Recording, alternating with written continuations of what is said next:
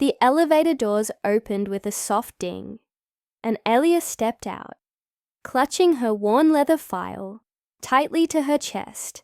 Her heart pounded in her chest, not just from nervousness about the job interview, but from the weight of everything riding on this moment. Rent was due, her little brother's school fees were overdue, and the cheap noodles they'd eaten the past few nights were a harsh reminder that failure wasn't an option anymore. Dressed in a borrowed blazer and scuffed heels, she did her best to walk tall down the glossy corridor of Zaytech Industries, one of the most powerful tech companies in the city. She'd dreamed of working here. She'd never dreamed that her past would be waiting for her behind one of its shiny glass doors. As she neared the reception, she caught a glimpse of her reflection. Tired eyes, neat braid, lips pressed into a thin line. She forced a small smile, trying to remember everything she'd rehearsed the night before. Polite, confident, honest, desperate, but not too obvious. "Hi, I'm Alia Khan," she told the receptionist softly. "I have an interview, scheduled for 11 a.m. The receptionist gave her a nod and motioned toward the waiting area. "Please have a seat. The CEO will see you shortly." CEO. Alia's eyebrows furrowed. She had expected to be interviewed by someone from HR, or maybe the project manager, but the CEO, was that normal? She took a seat, her palms sweaty. Her eyes scanned the large office. White marble floors, glass walls, and a giant company logo in steel and gold on the far wall. It felt like a completely different world from the cramped, one-bedroom apartment she shared with her siblings. This job meant everything. She needed it. She deserved it. But fate had a habit of being cruel. The door to the main office opened. A tall man in a dark navy suit walked out, speaking to someone on the phone, his deep voice low and authoritative. Alia turned to look, only to feel her breath catch in her throat. There he was, same sharp jawline, same piercing eyes, same presence that used to make her stomach flutter back when she thought love was enough to survive the world. Rayan Malik, the man she had once loved, the man who had disappeared from her life without a word. Her heart stopped, not because he was more handsome than she remembered, though he was, but because memories came rushing back like a flood. The late-night coffees, the shared dreams, that night on the rooftop when he'd held her hand and promised he'd never leave her. And then the silence, the unanswered messages, the months of wondering what she had done wrong, and now here he was, not just back, but as the CEO of the very company she was begging for a job at. Rayan ended his call and turned his head, and their eyes met. His expression didn't change at first. Cool, unreadable. But then a flicker of recognition crossed his face. And something else. Was it regret? Shock? Pain? "Alia Khan," he said, voice low and controlled. She stood, forcing herself to remain composed. "Yes, sir." He looked at her for a beat longer than necessary, then gave a tight nod. "Follow me." She walked into his office, every nerve in her body screaming. The glass door closed behind them with a soft click. The room was quiet, only the hum of the air conditioning filled the space. She stood stiffly across from his desk while he took his seat, still watching her like he was seeing a ghost. "So," he finally said, folding his hands, "you're here for the marketing associate position?" She nodded. "Yes, I saw the job posting 2 weeks ago." He raised an eyebrow. "And you had no idea this was my company?" Her throat tightened. "I didn't even know your full name back then. You never told me much." That seemed to hit him. His gaze dropped for a second. Before he masked it again, there was a long pause. He opened her file, pretending to read it, though she knew he wasn't really looking at the words. She stood still, trying to steady her breathing. Impressive academic record, he said finally, but not much work experience. I've been taking care of my siblings since our parents passed away, she replied quietly. It hasn't been easy, but I've learned a lot. I'm willing to work hard. I just need a chance. He looked at her again, and for the first time, there was softness in his eyes. Like he remembered. You were always brave, he said, almost to himself. She didn't reply. She didn't know what to say. A part of her wanted to scream at him. Ask him why he'd left. Why he never called. Why he made her feel like she was nothing. But she couldn't afford anger today. Not when this job meant food on the table. Why did you apply here, Aaliyah? He asked. Because I need this job, she said simply. And because I believe I can be good at it. I'm not asking for charity. I just want a fair chance. He leaned back in his chair, studying her. The silence between them stretched.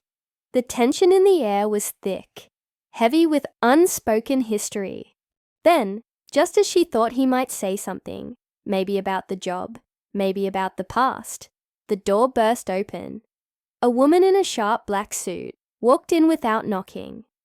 Rayanne, we have a problem with the investor deal. She stopped mid-sentence. When she saw Aaliyah, and Aaliyah recognized her instantly, Sana, the woman who had once warned her to stay away from Rayan, the woman who, at the time, claimed to be his fiancée. Aaliyah's heart dropped. Rayan stood up immediately. Sana, we're in the middle of... But Sana's eyes were locked on Aaliyah, her expression dark and cold. She turned to Rayan. You can't be serious. Aaliyah's hands curled into fists. She didn't know what this was turning into. A job interview, a confrontation, or something far messier. Rayan stepped between them. Not now, Sana. But it was too late. The storm had arrived, and Aaliyah had a sinking feeling that whatever this was, it was far from over. Aaliyah stood frozen, her file now trembling slightly in her hands.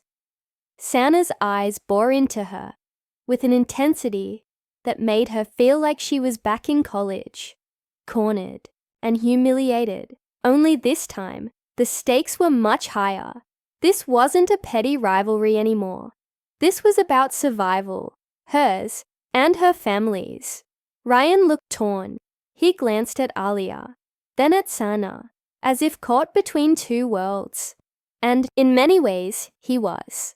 The woman he had once promised everything to, and the woman everyone expected him to end up with. Aaliyah felt the air grow thick around her, as silence stretched. Every second felt longer than the last. I didn't know she was applying here, Sana said slowly, her voice sharp like glass. Though I'm not surprised.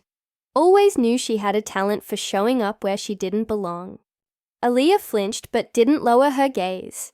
She had spent too many years being made to feel small. Not anymore. I belong anywhere I work hard for, she said, quietly but firmly. Including this office. Sana raised an eyebrow, amused. Still pretending to be brave. Sana, Rayan interrupted, his tone firm. This isn't your decision. Oh, but it is, Sana shot back. You forget who's backing the investor deal. My family. If she stays, I walk. And so do the investors. Aaliyah didn't understand the full weight of those words yet, but Rayan clearly did. His jaw tightened. She could see the tension in his posture. She didn't want to be the reason a deal collapsed, but she wasn't going to back down just because someone tried to scare her away. If hiring me causes trouble, she said calmly, then I'll go. I didn't come here to create drama. I came because I'm qualified, and because I need a job, not a fight. She turned toward the door, her heart heavy, but her head held high. Before she could step out, Rayan spoke, his voice softer now. Aaliyah, wait. She paused. Just give me a day, he said. I'll handle this. Don't make any decisions yet. She nodded without looking back. But the second she stepped into the elevator, the tears she'd held back started to blur her vision. The city skyline outside the glass felt far away, like it belonged to a different life. Her phone buzzed in her purse, probably a reminder from the school about her brothers, unpaid tuition, or maybe the landlord. Life didn't pause for emotional setbacks. Back in his office, Rayan ran his hand through his hair in frustration. He hadn't seen Aliyah in years. He hadn't expected to ever see her again. When he left, it wasn't because he wanted to.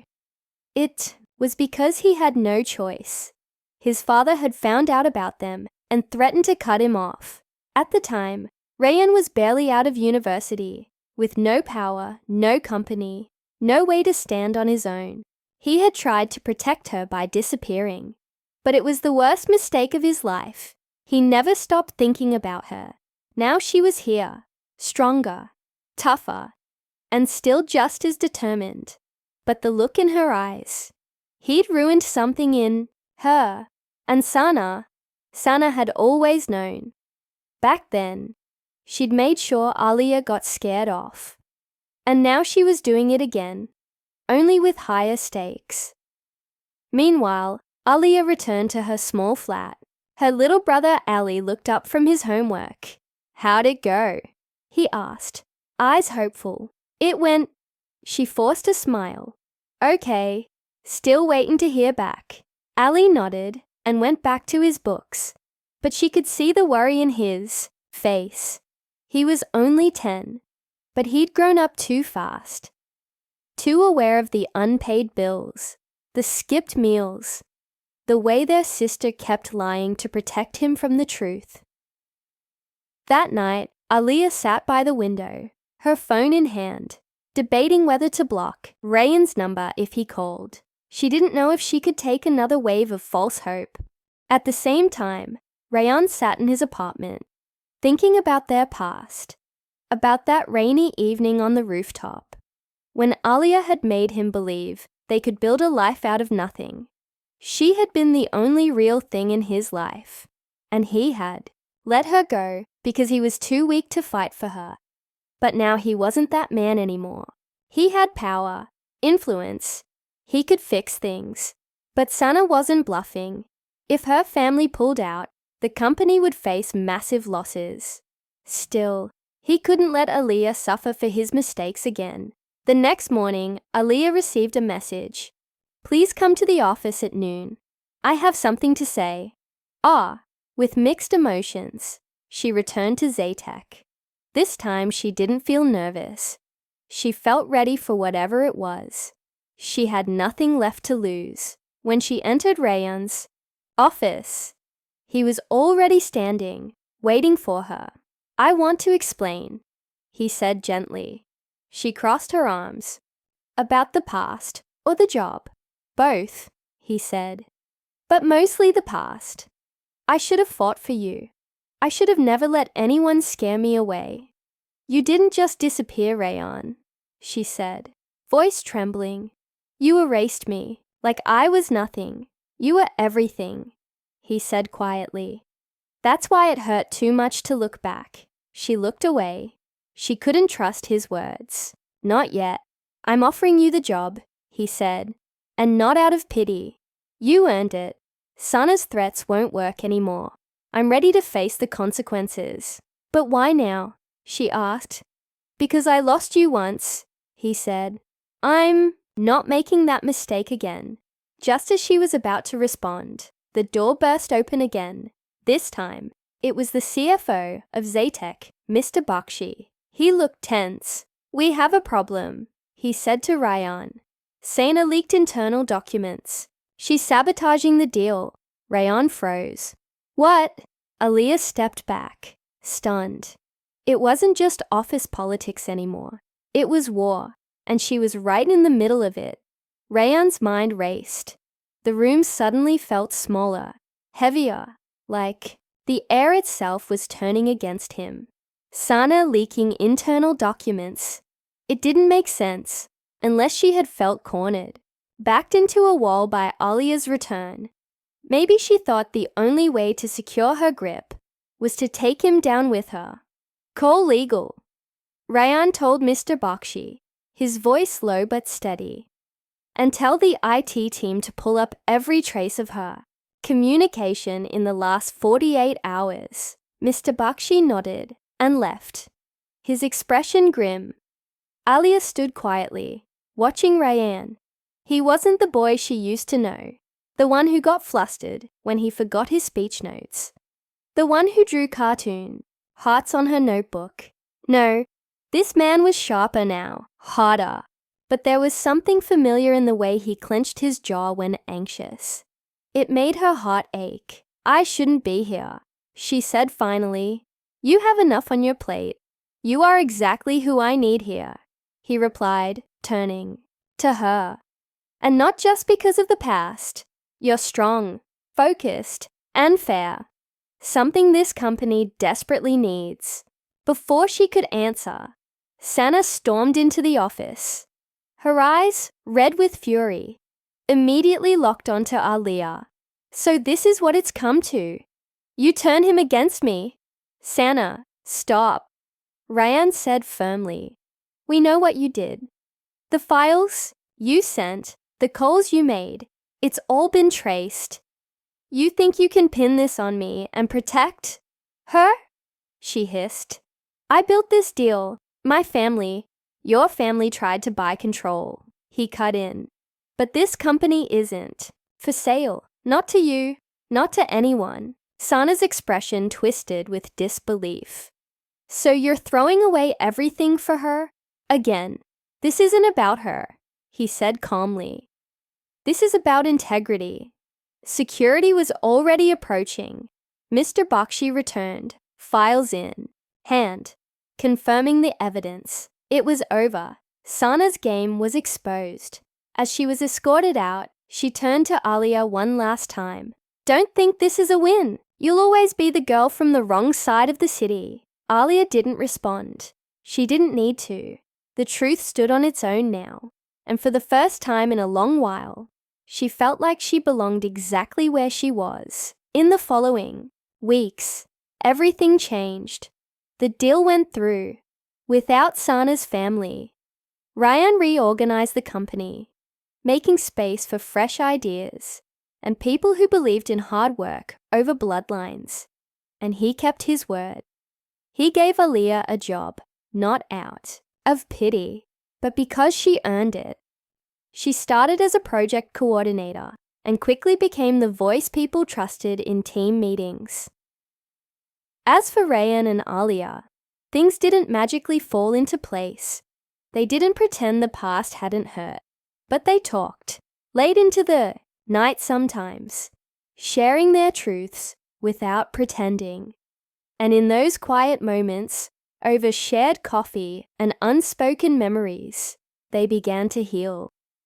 One evening, after a long day at work, Alia walked out of the office building to find her little brother Ali waiting outside with a big smile. "Guess what?" he said excitedly. "I got picked for the school science fair." She laughed, lifting him into a hug. "That's amazing." From a few steps away, Rayan watched the scene with a gentle smile. Then, as if it was the most natural thing in the world, he joined them. "You think your sister will let me be part of the cheering squad?" he asked Ali. Ali grinned. "Only if you promise not to embarrass her." Rayan laughed, looking at Alia. "Deal." The city lights flickered on around them, casting a warm glow over everything. Alia looked up, remembering the day she had walked into that interview with nothing but hope and a folder of dreams. She hadn't expected this ending. She hadn't expected to find her voice, her strength, or even the man she once lost. But sometimes life brings us full circle, not to repeat the past, but to rewrite it. And this time, Alia was writing her own story, page by page, step by step, on her own terms. Because no matter where you come from, or how many times you fall, what matters is the courage to stand again, and the people who stand beside you when you do. The poor girl who walked in for a job interview had become the woman who changed everything, and this was just the beginning.